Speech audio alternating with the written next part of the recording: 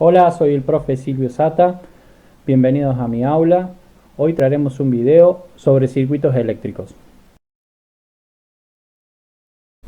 Un circuito en paralelo tiene las siguientes características. La primera y principal es que sus componentes se conectan todos al mismo punto, tanto sus entradas como sus salidas. Por lo tanto, esa es la primera característica que va a tener en diferencia con los circuitos en serie. Otra de las características principales que va a tener corresponde a la intensidad. La intensidad de corriente va a circular por cada uno de sus componentes y se volverá a unir en este nodo y circulará hacia la fuente nuevamente. Vamos a verlo con un poquito más de detalle.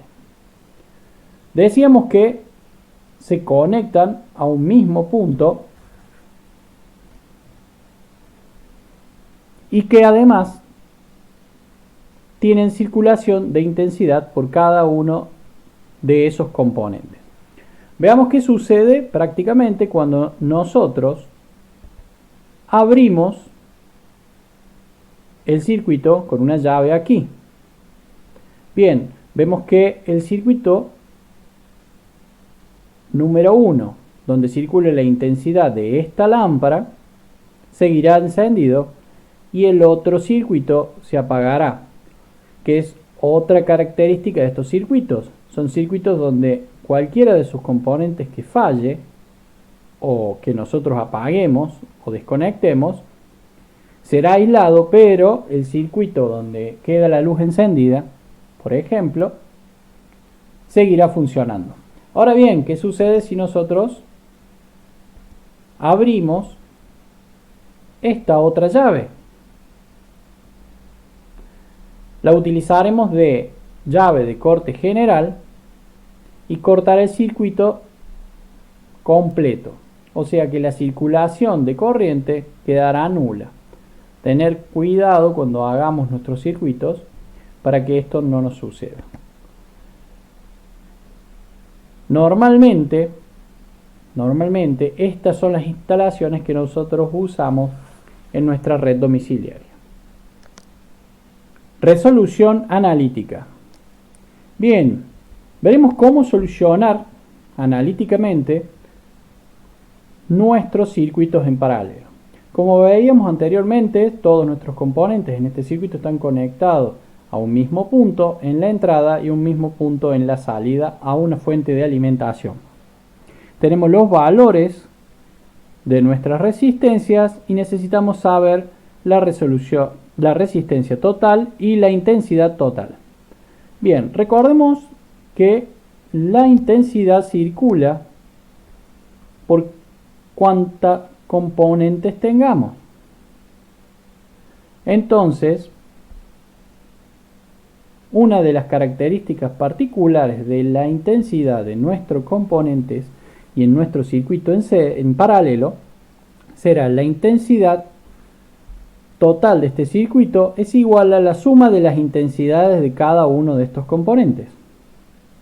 Otra de las características particulares que tienen nuestros circuitos en paralelo es que la tensión es constante en cada uno de nuestros componentes.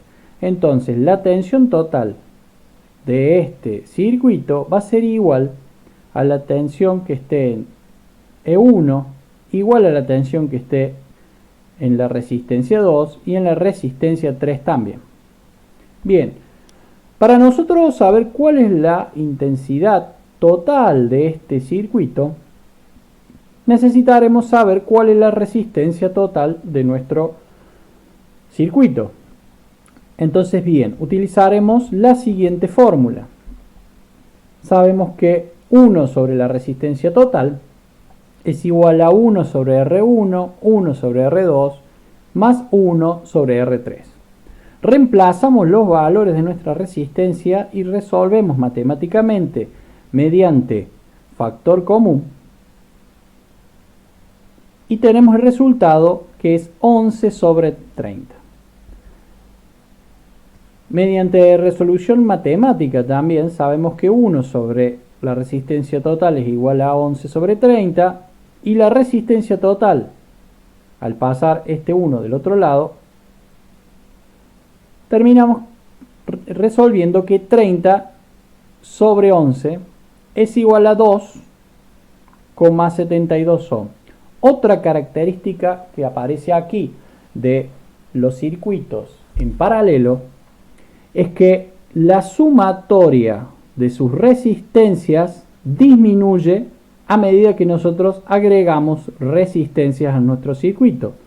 Y una de las características que también tienen estos circuitos es que la sumatoria de las resistencias totales siempre va a ser menor que la resistencia más baja que tenga este circuito.